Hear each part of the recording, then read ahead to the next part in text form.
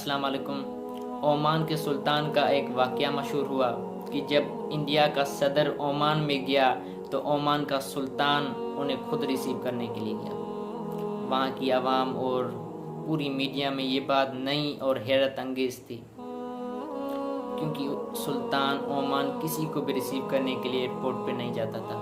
Oman کا سلطان انہیں خود ہاتھ ملانے کے لیے گیا اور خود انہیں لے کے آئے۔ انہوں نے اپنے ڈرائیور کو اترنے کے لیے کہا اور خود گاڑی ڈرائیو کی، اور بعد میں جب لوگوں نے ان سے یہ پوچھا کہ آپ نے انڈیا کے صدر کے اتنا پروٹوکول کیوں دیا، تو انہوں نے کہا کہ میں انڈیا کے صدر کو نہیں، اپنے استاد کو ملنے کے لیے گیا تھا، اپنے استاد کو ریسیو کرنے کے لیے گیا تھا۔ جب ہم پونا میں پڑھتے تھے تو ہمارا استاد شنکل دیار شرما ہم کو پڑھاتا تھا۔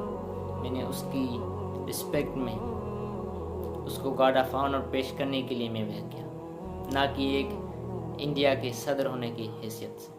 حال ہی میں رشیا کے صدر پیوٹن کا بھی ایک واقعہ مشہور ہوا کہ جب ان کی لیڈی ٹیچر ایک کانفرنس میں آئی تو انہوں نے پیوٹن نے ساری پروٹوکول، ساری باڈی گارڈ، ساری کیمرہ کے ساتھ اپنی لیڈی فیمیل ٹیچر کو وہ پروٹوکول دیا۔ ان کے ساتھ ملنے کے لیے گئے، اس فیمیل ٹیچر کی آنکھوں میں آنسو تھے۔ ایسا لگ رہا تھا کہ وہ ایک فیمیل ٹیچر کے ساتھ نہیں، ایک ملکہ کے ساتھ بیٹھ رہا ہے۔ رشیا کے پیوٹن نے اپنی فیمیل ٹیچر کے ساتھ اس طرح سے گل مل گئے۔ استاد کے احترام میں تو ایک الگ ہی تاریخ ہے۔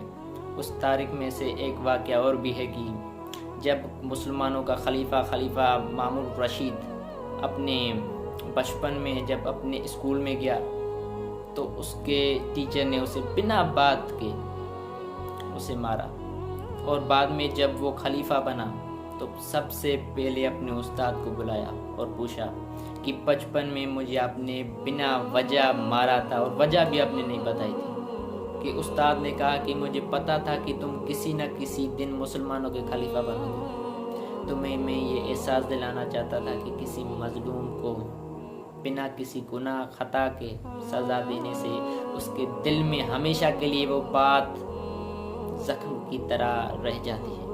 تاریخ میں ہمیں ایک اور واقعہ بھی ملتا ہے کہ جب ہمارے نبی صلی اللہ علیہ وآلہ وسلم کے کزن مبارک اپنے استاد کے یہاں گئے تو کئی وقت تک اپنے استاد کے گھر کے باہر کھڑے رہے، ان کا انتظار کیا۔ جب ان کا استاد باہر نکلا تو انہوں نے کہا آپ تو ہمارے نبی کے کزن ہیں، آپ نے ہمیں بلا لیا ہوتا۔ تو انہوں نے کہا کہ آپ میرے استاد ہیں، میں یہ بیعت بھی سمجھتا ہوں کہ آپ کا دروازہ بھی کھٹکھٹاؤں۔ مسلمانوں نے ایسا بھی دور دیکھا، مسلمانوں نے ایسے شاگرد بھی دیکھے، مسلمانوں نے ایسے استاد بھی دیکھے۔ یہ وہی استاد ہیں جو ہمیں بچپن سے لے کے پورے 15-16 سال ٹرین کرتے ہیں، اور جب ہم اپنے آخری ایام تک پہنچتے ہیں تو ہمارے سینوں میں، ہمارے دلوں میں ان کا خوف نکل جاتا ہے۔ تو کیا ہوتا ہے جب خوف نکل جاتا ہے تب احترام بھی نکل جاتا ہے، تب اس استاد کو آپ کی جگہ پر ہم تو کہہ کر پکارتے ہیں۔ ہم یہ نہیں کہتے کہ ہم نے ان سے 5ویں جماعت میں پڑھے تھے، ہم یہ کہتے ہیں کہ یہ تو 5ویں جماعت میں پڑھاتا ہے۔ ہم میٹرک کے بچے ہیں، ہم انٹر کے بچے، ہم یونیورسٹیوں میں پڑھتے ہیں، ہمارے یہاں بڑے بڑے استاد فلاسفہ رہتے ہیں۔